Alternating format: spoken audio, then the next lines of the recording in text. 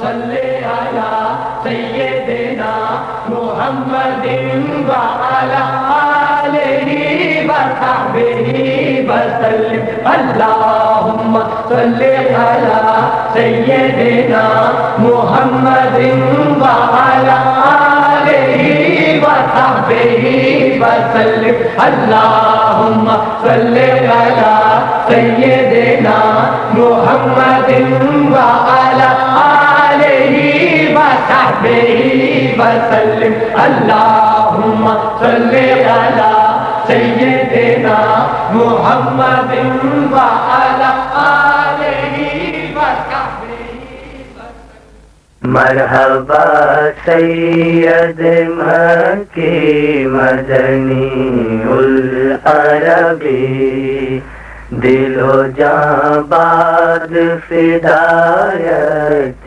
عجب خوش لقبی مرحبا سید مکی مدنی العربی۔ وہ رات کا وقت تھا اور صحرا پہ چھایا ہوا آسمان ستاروں سے جھلمل جھلمل کر رہا تھا۔ غیب سے ایک آواز آئی کہ اے ابراہیم خیمے سے باہر آ اور آسمان کو دیکھ۔ حضرت ابراہیم خیمے سے باہر آئے اور آسمان کو دیکھا کہ ستاروں سے اس کی گود بھری ہوئی ہے۔ تب آواز سنائی دی کہ اے ابراہیم تیری نسل بھی انہی جگمگاتے ستاروں کی مانند پروان چڑھے گی۔ اور یہ وہ وقت تھا جب حضرت ابراہیم 76 کے پیٹے میں تھے اور ان کی بیوی سارہ 80 کے سن کو پہنچ چکی تھیں اور ابھی تک ان کے کوئی اولاد نہیں ہوئی تھی۔ حضرت سارہ نے دوسرے نکاح کی اجازت دے دی کہ شاید اسی سے ان کے شوہر کی نسل چل نکلے۔ اس طرح حضرت ابراہیم نے حضرت ہاجرہ سے دوسرا نکاح کیا۔ ایک بار حضرت ہاجرہ صحرا میں بھٹکتی پھرتی تھیں اور بے کسی کے عالم میں خدا تعالیٰ سے فریاد کرتی تھیں۔ اسی عالم میں کیا دیکھتی ہیں کہ آسمان سے ایک فرشتہ اترا ہے اور کہہ رہا ہے کہ بی بی رو رو کے اپنی جان مت کھو، تیرے خدا نے تیری سن لی، تیری کوکھ ہری ہوگی، تیری کوکھ ہری ہوگی، اور تیری اولاد اتنا پھلے پھولے گی کہ اس کی گنتی نہیں ہو سکے گی، اور دیکھ تو جلدی ایک بیٹا جنے گی، اس کا نام اسماعیل رکھیو۔ حضرت ہاجرہ خوش خوش گھر واپس آئیں اور شوہر کو بشارت کا احوال سنایا۔ بشارت پوری ہوئی، حضرت ہاجرہ کے بیٹا پیدا ہوا۔ حضرت ابراہیم نے اس کا نام اسماعیل رکھا۔ کچھ عرصے بعد حکم ہوا کہ حضرت ہاجرہ اور حضرت اسماعیل کو وطن سے دور بھیج دیا جائے۔ حضرت ابراہیم نے دکھے دل کے ساتھ اپنی بیوی اور بیٹے کو غربت کے سفر پر رخصت کیا۔ حضرت ہاجرہ بچے کو لے کر نکل کھڑی ہوئیں۔ سمجھ میں نہ آتا تھا کہ کہاں جائیں، جدھر منہ اٹھا ادھر چل پڑیں اور دور کی راہوں پر نکل گئیں۔ ہرج مرج کھینچتی، رنج سفر اٹھاتی وہ عرب کی ایک بنجر وادی میں جا نکلیں۔ یہ وادی بکہ تھی جو کنعان سے اتنی دور تھی کہ اونٹ پر سوار ہو کر چلو تو 40 دن میں وہاں پہنچ سکتے تھے۔ حضرت ہاجرہ حیران و پریشان تھیں کہ وہ کہاں آ نکلیں۔ بچہ پیاس سے تڑپنے لگا، دور دور تک پانی کا نام و نشان نہیں تھا۔ ماں کو اندیشہ ہوا کہ پانی نہ ملا تو اس کا لال تڑپ تڑپ کر مر جائے گا۔ حضرت ہاجرہ سے کچھ بن نہ پڑا تو انہوں نے اپنے لال کو گود سے اتار کر ریت پر لٹایا اور خود ایک ٹیلے پر چڑھ کر ارد گرد نظر دوڑانے لگیں کہ شاید کہیں پانی کے آثار دکھائی دے جائیں، یا شاید کوئی قافلہ، کوئی مسافر آتا جاتا نظر آئے تو اسی سے پانی طلب کر لیا جائے۔ مگر وہاں دور دور تک نہ آدم دکھائی دیتا تھا، نہ پانی کے اثر آثار نظر آتے تھے۔ جب اس ٹیلے سے انہیں کچھ نظر نہ آیا تو وہاں سے اتر کر دوسرے ٹیلے پر چڑھ گئیں، وہاں سے بھی انہیں کوئی دکھائی نہ دیا۔ حضرت ہاجرہ سخت پریشان ہوئیں۔ ان دو مقامات کے درمیان وہ بدحواسی کے عالم میں 7 مرتبہ ادھر سے ادھر اور ادھر سے ادھر بھاگ کر گئیں۔ جب بھاگ دوڑ سے کچھ حاصل نہ ہوا تو تھک کر بیٹھ گئیں۔ اس کے بعد کیا ہوا؟ پرانے عہد نامے کی کتاب پیدائش میں اس کا ذکر یوں ہوا ہے: تب خدا نے اس لڑکے کی آواز سنی اور خدا کے فرشتے نے آسمان سے ہاجرہ کو پکارا اور اس سے کہا کہ اے ہاجرہ، تجھ کو کیا ہوا؟ مت ڈر کہ اس لڑکے کی آواز جہاں وہ پڑا ہے خدا نے سنی۔ اٹھ اور لڑکے کو اٹھا اور اپنے ہاتھ سے سنبھال کہ میں اس کو ایک بڑی قوم بناؤں گا۔ پھر خدا نے اس کی آنکھیں کھولیں اور اس نے پانی کا ایک کنواں دیکھا۔ اصل میں یہ ایک چشمہ تھا۔ حضرت اسماعیل کی ایڑی جس جگہ ریت کو رگڑ رہی تھی، عین اسی جگہ چشمہ ابلا۔ اس چشمے کی برکت سے یہ مقام قافلوں کے پڑاؤ کی جگہ بن گیا اور اس چشمے کا نام زمزم ٹھہرا۔ پھر یوں ہوا کہ حضرت ابراہیم کو بیٹے اور بیوی کی یاد آئی۔ حضرت سارہ کی گود بھی ہری ہو چکی تھی۔ ان کی گود میں اسحاق نام کا بیٹا کھیلتا تھا۔ ان سے رخصت ہو حضرت ابراہیم ہاجرہ اور اسماعیل کی تلاش میں نکلے۔ چلتے چلتے آخر منزل مقصود پر پہنچے، اور اس کے بعد کا احوال قرآن میں یوں بیان کیا گیا ہے کہ خدائے تعالیٰ نے ابراہیم کو چشمہ زمزم کے قریب وہ مقام دکھایا جہاں اسے اپنے بیٹے کے ساتھ مل کر امن و امان کا ایک گھر تعمیر کرنا تھا۔ بتایا گیا کہ یہ گھر کس طرح تعمیر کیا جائے گا اور اس کا کیا نام رکھا جائے گا۔ نام کعبہ تجویز کیا گیا۔ کعبہ جب تعمیر ہو رہا تھا تو ایک فرشتہ ابو قبیس کی پہاڑی پر پہنچا اور وہاں سے وہ آسمانی پتھر اٹھایا کہ اس دن سے جس دن سے وہ زمین پر اترا تھا محفوظ چلا آتا تھا۔ یہ پتھر جنت سے زمین پر آیا تھا اور جنت سے اترتے وقت وہ دودھ سے زیادہ سفید تھا، لیکن آدم کے بیٹوں کے گناہوں کے اثر سے وہ سفید سے سیاہ ہو گیا۔ جب یہ مقدس گھر تعمیر ہوا تو خدا کی طرف سے حکم آیا کہ اسے مقام حج قرار دیا جائے۔ حج کے آداب طے کیے جائیں، جو یہاں حج کرنے آئیں انہیں آداب سے آگاہ کیا جائے۔ یوں وادی بکہ کا یہ مقام حج بن گیا، اور بکہ رفتہ رفتہ مکہ بن گیا۔ اور وہ دو ٹیلے جن کے درمیان حضرت ہاجرہ پانی کی تلاش میں 7 مرتبہ دوڑیں، صفا اور مروہ کہلائے، اور حضرت ابراہیم نے حاجیوں کے لیے یہ لازم قرار دیا کہ وہ 7 مرتبہ صفا اور مروہ کے درمیان دوڑیں۔ یوں کعبہ مقام حج بن گیا۔ سال میں 1 مرتبہ حج ہوتا۔ حج کرنے والے عرب کے کونے کونے سے یہاں پہنچتے اور فرائض حج بجا لاتے۔ اسماعیل کی اولاد اب مکہ تک محدود نہیں تھی۔ وہ اتنی پھلی پھولی کہ یہ وادی اس کے لیے چھوٹی پڑ گئی۔ اسماعیل کی آل اولاد مکہ سے نکلی اور دور دور تک جا کر انہوں نے چھاونی چھائی، مگر جو بھی مکہ سے نکلا وہ تبرک کے طور پر چند پتھر یہاں سے لیتا گیا۔ رفتہ رفتہ ہمسائے میں بسنے والے بت پرست قبیلوں کے اثر سے ان پتھروں میں بت بھی شامل ہو گئے۔ سو جب یہ لوگ حج کرنے آتے تو بت بھی ساتھ لاتے۔ یوں توحید کا تصور دھندلاتا گیا اور کعبہ میں بتوں کا عمل دخل ہوتا گیا۔ لوگوں کی آنکھوں پر پردے پڑتے چلے گئے، ایسے پردے پڑ گئے کہ سامنے کی چیزیں بھی ان کی نظروں سے اوجھل ہو گئیں، اور تو اور زمزم کا چشمہ بھی ان کی آنکھوں سے اوجھل ہو گیا۔ اس کا ذمہ دار بنی جرہم کو سمجھنا چاہیے۔ بنی جرہم یمن سے آ کر یہاں آباد ہوئے تھے، اور آل اسماعیل نے انہیں اس بات پر برداشت کیا کہ حضرت اسماعیل کی دوسری بیوی اس قبیلے سے تھیں، لیکن بنی جرہم نے اتنی زیادتیاں کیں کہ لوگوں کا پیمانہ صبر لبریز ہو گیا اور انہوں نے انہیں مار کر نکال باہر کیا۔ بنی جرہم نے جاتے جاتے یہ حرکت کی کہ زمزم کا چشمہ مسدود کر دیا۔ کچھ تو انتقام کا جذبہ کام کر رہا تھا، اور کچھ یہ بات بھی تھی کہ کعبہ سے جو انہوں نے قیمتی اشیاء سمیٹی تھیں وہ انہوں نے یہاں دفن کر دی تھیں۔ انہیں امید تھی کہ وہ ایک دن یہاں واپس آئیں گے اور زمزم اور اس کے خزانے کو استعمال میں لائیں گے۔ بنو جرہم کی جگہ بنی خزاع نے سنبھالی۔ اب اس قبیلے نے مکہ کی قیادت سنبھالی۔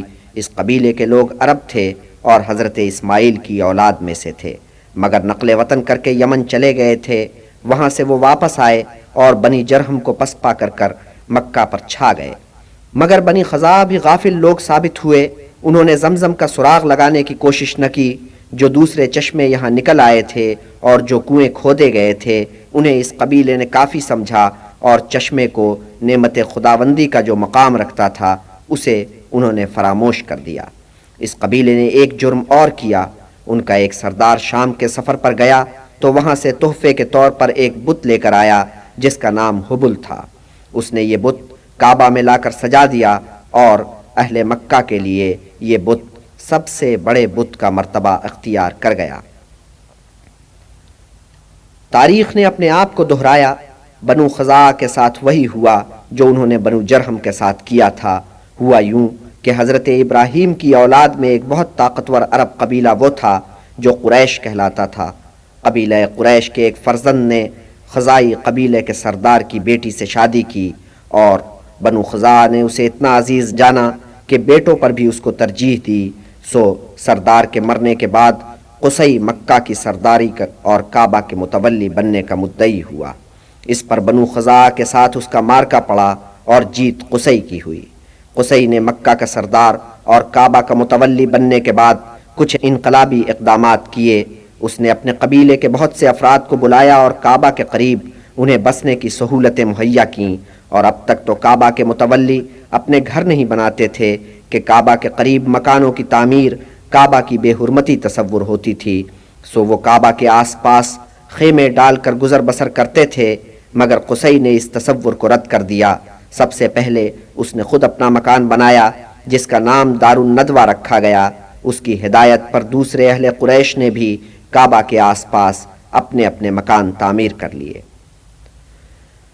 قصی کے 4 بیٹے تھے، ان میں عبد مناف سب سے زیادہ لائق سمجھا گیا، مگر قصی نے اپنے اس لائق فائق بیٹے کو نظر انداز کر کے اپنے سب سے بڑے بیٹے عبد الدار کو سر چڑھایا۔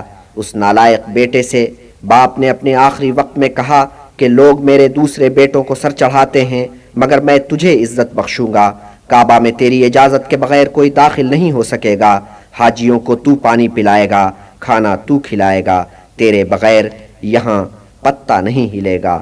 اور اس وصیت کے ساتھ اس نے عبد الدار کو کعبہ کا متولی بنا دیا۔ عبد مناف نے سعادت مندی دکھائی اور باپ کی وصیت کا احترام کرتے ہوئے عبد الدار کو کعبہ کا متولی اور مکہ کا سردار تسلیم کر لیا۔ خیر، عبد الدار کا زمانہ تو خیریت سے گزر گیا، مگر جب عبد الدار کی آنکھ بند ہونے کے بعد یہ عہدے اس کی اولاد کو منتقل ہوئے تو قریش میں اس مسئلے پر اختلاف رائے ہو گیا۔ عبد مناف کا فرزند ہاشم ایک لائق فائق شخص تھا اور قریش کی آنکھوں کا تارا تھا۔ قریش کے آدھے لوگ ہاشم کے گرد اکٹھے ہو گئے اور عبد الدار کے حق تولیت کو چیلنج کیا۔ بات اتنی بڑھی کہ فریقین لڑنے مرنے پر آمادہ ہو گئے۔ دونوں طرف سفارائی ہونے لگی۔ صاف نظر آ رہا تھا کہ سر کٹیں گے، خون کی ندیاں بہیں گی، مگر بھلا ہو کہ وقت پر صلح صفائی ہو گئی۔ سمجھوتا اس پر ہوا کہ حاجیوں کو کھلانے پلانے کی اور اہل مکہ پر ٹیکس لگانے کی ذمہ داریاں عبد مناف کے بیٹے کے سپرد ہوں گی۔ کلید کعبہ اور ندوہ کی صدارت عبد الدار کے بیٹوں کے پاس رہے گی۔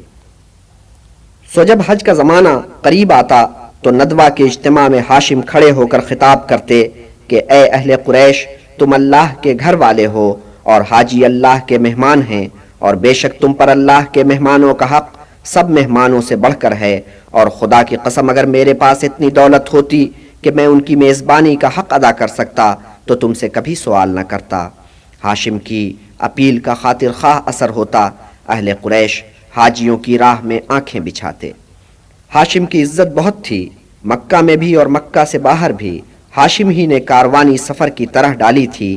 ان کی قیادت میں مکہ سے سال میں 2 کارواں چلتے تھے، ایک کارواں جاڑوں میں جو یمن کی سمت جاتا تھا اور ایک کارواں گرمیوں میں جو شمال مغربی عرب کی طرف روانہ ہوتا تھا، اور وہاں سے آگے چل کر جنوبی عرب کے ایک قبیلے کے ہاتھوں میں تھا۔ ویسے یہودی اب بھی یہاں شاد و آباد تھے۔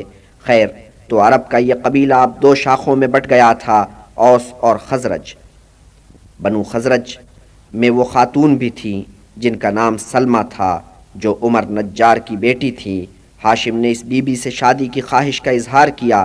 اس بی بی نے شرط پیش کی کہ میرے معاملات میں آپ دخیل نہیں ہوں گے، اور جب میرے بیٹا پیدا ہوگا تو 14 سال کی عمر تک وہ میرے ساتھ یثرب ہی میں رہے گا۔ ہاشم نے یہ شرطیں منظور کر لیں۔ شادی ہوئی، چاند سا بیٹا پیدا ہوا، نام اس کا شیبہ رکھا گیا، مگر ہاشم کی عمر نے وفا نہیں کی۔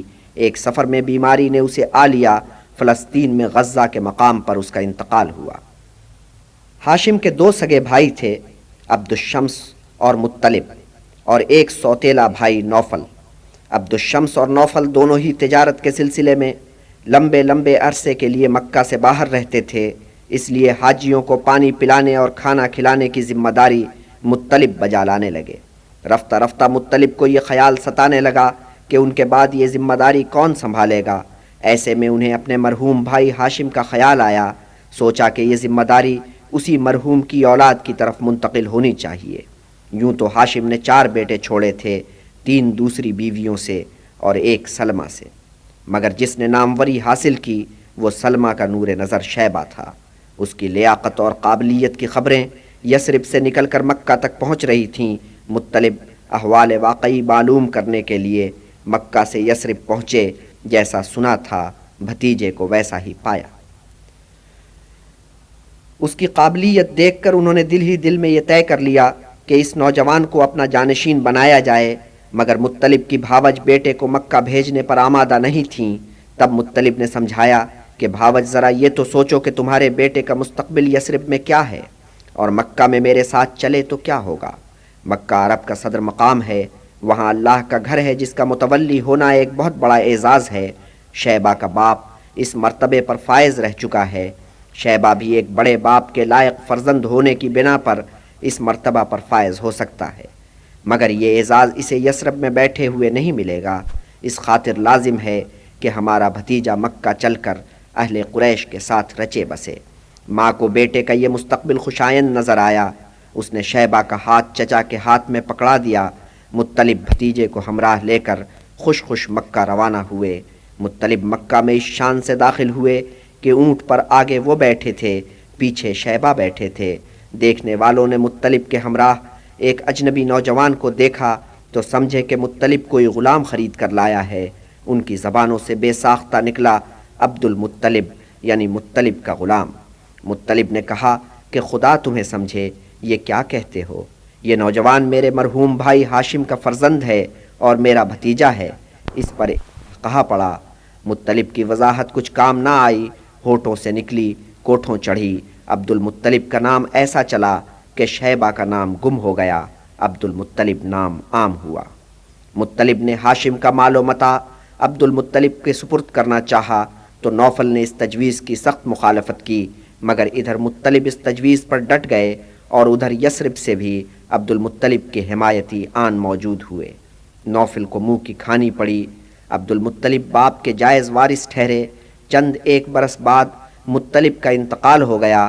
کعبے کے سلسلے میں جو ان کی ذمہ داریاں تھیں وہ عبد المطلب نے سنبھالیں، اور ایسا کہ وہ اپنی جگہ پر اتنے مستحکم تھے کہ نوفل اور ان کے ہم نواؤں نے چوں تک نہیں کی، اور عبد المطلب نے بھی یہ ذمہ داریاں اس خوش اسلوبی سے انجام دیں کہ لوگ کہنے لگے کہ یہ نوجوان تو باپ اور چچا سے بھی سبقت لے گیا۔ شمال مغربی سمت میں کعبہ سے متصل ایک چھوٹا سا احاطہ ہے۔ اس کے اندر جو چبوترا ہے اسے حجر اسماعیل کہتے ہیں۔ وجہ تسمیہ یہ ہے کہ ان پتھروں کے نیچے حضرت ہاجرہ اور حضرت اسماعیل کی قبریں ہیں۔ کعبہ سے قرب کے شوق میں عبد المطلب وقتاً فوقتاً اسی چبوترے پر اپنا بستر بچھاتے اور پڑ رہتے۔ ایک شب جب وہ یہاں محو خواب تھے تو انہیں ایک بشارت ہوئی۔ دیکھا کہ کوئی کھڑا ہے اور کہتا ہے کہ اے عبد المطلب اٹھ اور کھود کہ صاف و شیریں برآمد ہو۔ عبد المطلب نے حیران ہو کر پوچھا کہ وہ کیا شے ہے؟ فوراً ہی کہنے والا نظروں سے اوجھل ہو گیا۔ دوسری شب وہ شکل جو پوری طرح نظر نہیں آتی تھی پھر نمودار ہوئی، اور دیکھا کہ کوئی کہہ رہا ہے اے عبد المطلب اٹھ اور کھود اور فیض یاب ہو۔ عبد المطلب پھر حیران ہو کر پوچھتے ہیں کہ وہ کیا شے ہے؟ شکل پھر نظروں سے اوجھل ہو جاتی ہے۔ تیسری شب وہ شکل پھر نمودار ہوتی ہے، پھر ہدایت کرتی ہے اے عبد المطلب اٹھ اور کھود کر خزانہ نکال۔ عبد المطلب حیران ہیں کہ یہ کیا حکم ہے؟ شکل غائب ہو جاتی ہے، مگر چوتھی شب ہدایت وضاحت کے ساتھ کی جاتی ہے اے عبد المطلب اٹھ اور کھدائی کر کے زمزم کو جاری کر۔ عبد المطلب سوال کرتے ہیں زمزم کیا ہے؟ جواب ملتا ہے اے عبد المطلب کھدائی کر تو مایوس نہیں پھرے گا، وہ تیرے جد اعلیٰ کا ورثہ ہے کہ تجھ تک پہنچا ہے، وہ کبھی خشک نہیں ہوگا، سب حجاج کو سیراب کرے گا۔ پھر کہنے والے نے کہا کہ اے عبد المطلب اس مقام کا کھوج لگا جہاں خون ہے اور گوبر ہے اور چیونٹیوں کا گھر ہے اور کوے ہیں، اور اے عبد المطلب اپنے رب سے دعا کر کے چشمہ اپنے پاک صاف پانی کے ساتھ سدا بہتا رہے اور حاجیوں کو سیراب کرتا رہے۔ اب نور کا تڑکا تھا۔ عبد المطلب نے اٹھ کر کعبہ کا طواف کیا، حجر اسود کو بوسہ دیا اور جس دعا کی انہیں ہدایت کی گئی تھی وہ دعا کی۔ جب وہ دعا کر رہے تھے تو بازوؤں کی پھڑپھڑاہٹ سنائی دی۔ ایک کوا اترا، پھر دوسرا کوا اڑ کر آیا اور اسی جگہ اترا، اور عبد المطلب نے دیکھا کہ یہ کوے ان دو بت نما پہاڑیوں کی طرف بڑھ رہے ہیں جو عین کعبہ کے سامنے کوئی 100 گز کے فاصلے پر واقع ہیں۔ کووں کو پتا تھا اور عبد المطلب کو بھی کہ یہاں ریت میں ہمیشہ خون موجود رہتا ہے، کہ اہل قریش اپنے جانوروں کی قربانیاں یہیں دیتے ہیں۔ یہاں گوبر بھی ریت میں رلا ملا نظر آ رہا تھا، اور پھر چیونٹیوں کا ایک گھر بھی دکھائی دیا۔ تب عبد المطلب اپنے گھر گئے، 2 کدال اٹھائے اور اپنے بیٹے حارث کو ساتھ لیا۔ اس مقام پر واپس آ کر باپ بیٹے نے کدال چلانے شروع کیے۔ کدال کی آواز نے لوگوں کو چونکایا۔ دیکھتے دیکھتے ایک بھیڑ اکٹھی ہو گئی۔ پہلے لوگ حیران ہوئے کہ باپ بیٹے یہ کیا کر رہے ہیں، پھر انہیں خیال آیا کہ یہ مقام تو قربان گاہ ہے اور یہ 2 پہاڑیاں تو بت ہیں جن کی وہ پرستش کرتے ہیں۔ یہاں کدال چلانا اس مقام کی بے حرمتی ہے۔ ہر چند کہ وہ عبد المطلب کا بہت احترام کرتے تھے، لیکن ان سے رہا نہ گیا۔ انہوں نے بڑھ کر احتجاج کیا اور کہا کہ ہم یہ بے حرمتی نہیں ہونے دیں گے۔ مگر عبد المطلب کا عزم راسخ تھا۔ انہوں نے حارث سے کہا کہ اے میرے بیٹے، مجھے یہ فریضہ بہرحال سر انجام دینا ہے، سو میں کدال چلاتا ہوں اور تو نگاہ رکھ کہ کوئی مائی کا لال میرے قریب نہ آئے۔ یہ سخت کشیدگی کی گھڑیاں تھیں۔ کتنے لوگ مرنے مارنے پر تلے ہوئے تھے۔ ادھر باپ بیٹے ڈٹے ہوئے تھے۔ خیر ان میں ایسے لوگ بھی تھے جو ان بتوں کی حرمت کے سرے سے قائل ہی نہیں تھے۔ ان کا خیال تھا کہ یہ بنو جرہم سے تھے، ایک عورت ایک مرد۔ انہوں نے کعبہ کی بے حرمتی کی تھی، جس کی وجہ سے ان پر یہ عذاب نازل ہوا اور وہ پتھر کے بن گئے۔ تو یوں لوگوں میں اختلاف پیدا ہو گیا۔ ادھر عبد المطلب لوگوں کے رد عمل سے بے نیاز کدال چلائے جا رہے تھے۔ اچانک کدال ایک پتھر سے ٹکرایا اور پانی ابل پڑا۔ عبد المطلب نے جوش مسرت میں نعرہ بلند کیا اور رب کا شکر ادا کیا۔ لوگ جو منتشر ہونے لگے تھے پھر اکٹھے ہو گئے۔ وہ حیران ہو کر دیکھ رہے تھے کہ جہاں آج تک خاک اڑتی تھی وہاں اب ایک چشمہ ابل رہا ہے۔ مزید کھدائی پر وہ خزانہ برآمد ہوا جو بنو جرہم یہاں گاڑ داب گئے تھے۔ اس پر ایک قضیہ کھڑا ہو گیا۔ سب اس میں حصہ بٹانے پر تلے ہوئے تھے۔ آخر بات اس پر آ کے ٹھہری کہ قرآن اندازی کر لی جائے۔ اس زمانے میں اختلافی مسائل کو طے کرنے کا جانا مانا طریقہ یہی تھا، اور قرآن اندازی کا اسلوب یہ تھا کہ کعبہ کے اندر حبل کے روبرو کھڑے ہو کر تیر چلایا جاتا۔ یہاں تیر اس طریقے سے چلائے گئے کہ خزانے کی ہر شے کا نام لکھ کر دیوار پر لگا دیا گیا۔ اس پر 3 تیر چلائے گئے، ایک تیر عبد المطلب کے نام کا، ایک تیر کعبہ کے نام کا، ایک تیر اہل قریش کے نام کا۔ جس نام کا تیر نشانے پر جا لگا وہ شے اس کے حصے میں چلی گئی۔ یوں اس خزانے کی کچھ اشیاء عبد المطلب کے حصے میں آئیں، کچھ قریش کے بیچ تقسیم ہوئیں، کچھ کعبہ کی ملکیت قرار پائیں۔ باقی چشمہ زمزم پر بنو ہاشم کا اختیار تسلیم کر لیا گیا۔ پانی پلانے کے فرائض تو بنو ہاشم ہی کے سپرد تھے۔ زمزم کے معاملے میں عبد المطلب سرخرو ہوئے، مگر اسی واقعے نے ان کے ہاں ایک احساس محرومی بھی پیدا کیا۔ انہیں پہلی مرتبہ احساس ہوا کہ اولاد کے معاملے میں تو وہ بہت غریب ہیں۔ لے دے کے ایک بیٹا ہے، ان کے چچازاد بھائی امیہ کے کتنے بیٹے تھے، ان کے بھی اتنے ہی بیٹے ہوتے تو کسی کی مجال تھی کہ زمزم کی کھدائی پر انہیں ٹوکتا۔ انہوں نے دعا کی کہ اے میرے رب، اگر میرے 10 بیٹے ہوں اور 10 کے 10 پھلیں پھولیں تو میں ایک بیٹا تیری راہ میں قربان کروں گا۔ دعا قبول ہوئی۔ عبد المطلب کے 9 اور بیٹے پیدا ہوئے۔ جب وہ جوان ہوئے، سوائے ایک عبداللہ کے جو ابھی کم عمر تھا، تو عبد المطلب کو اپنی منت کا خیال آیا۔ انہوں نے اپنے 10 بیٹوں کو جمع کیا اور اپنی منت ان کے سامنے بیان کی۔ بیٹوں نے باپ کے آگے سر تسلیم خم کر دیا۔ اب مسئلہ یہ تھا کہ کس بیٹے کی قربانی دی جائے۔ قرآن اندازی ہوئی اس طرح کہ 10 تیر لے کر ایک ایک تیر پر ایک ایک بیٹے کا نام لکھا گیا۔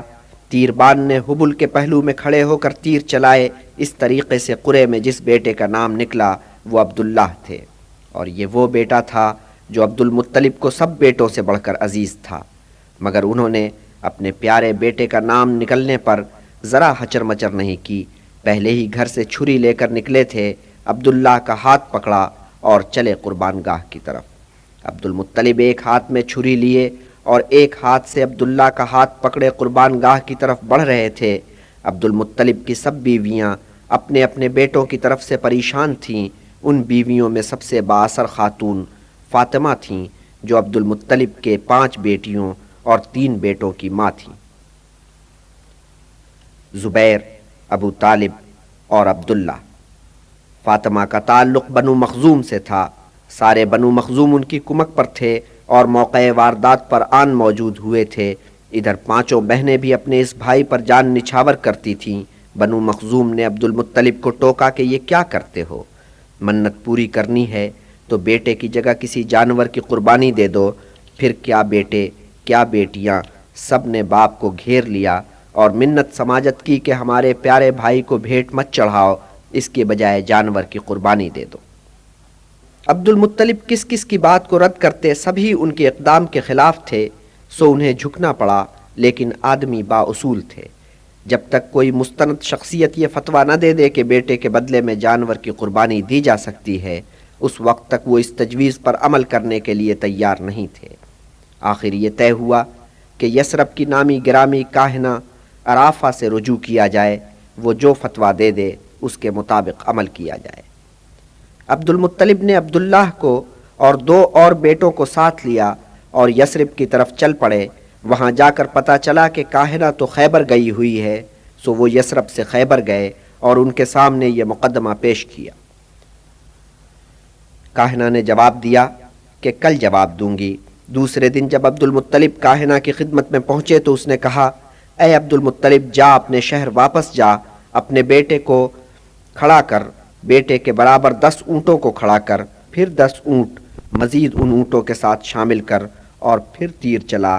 جب تک تیر تیرے بیٹے کے سامنے گرتا رہے تو 10 اونٹوں کی قطار میں شامل کرتا چلا جا۔ جب تیر اونٹوں کے سامنے گرے تو ان سب اونٹوں کی قربانی دے دے اور بیٹے کو بچا لے۔ عبد المطلب نے مکہ جا کر اس تجویز پر عمل کیا۔ کتنی بار تیر چلایا اور کتنی بار وہ عبداللہ کے سامنے جا کر گرا۔ عبد المطلب نے ہر بار 10 اونٹوں کا اضافہ کیا، یہاں تک کہ اونٹوں کی تعداد 100 ہو گئی۔ تب تیر اونٹوں کے سامنے جا کر گرا۔ سب خوش ہوئے کہ بیٹا بچ گیا۔ اونٹوں کی قربانی قبول ہوئی، مگر عبد المطلب نے اصرار کیا کہ ایک دفعہ تیر کا اونٹوں کے سامنے جا گرنا سند نہیں، 2 بار اور تیر چلایا جائے۔ سو 2 بار اور تیر چلایا گیا، دونوں بار تیر اونٹوں کے سامنے جا کر گرا۔ تب عبد المطلب کے دل کو اطمینان ہوا کہ پروردگار نے بیٹے کی جگہ اونٹوں کی قربانی قبول کر لی ہے۔ 100 کے 100 اونٹ قربان کیے گئے، یوں عبداللہ کی جان بچی۔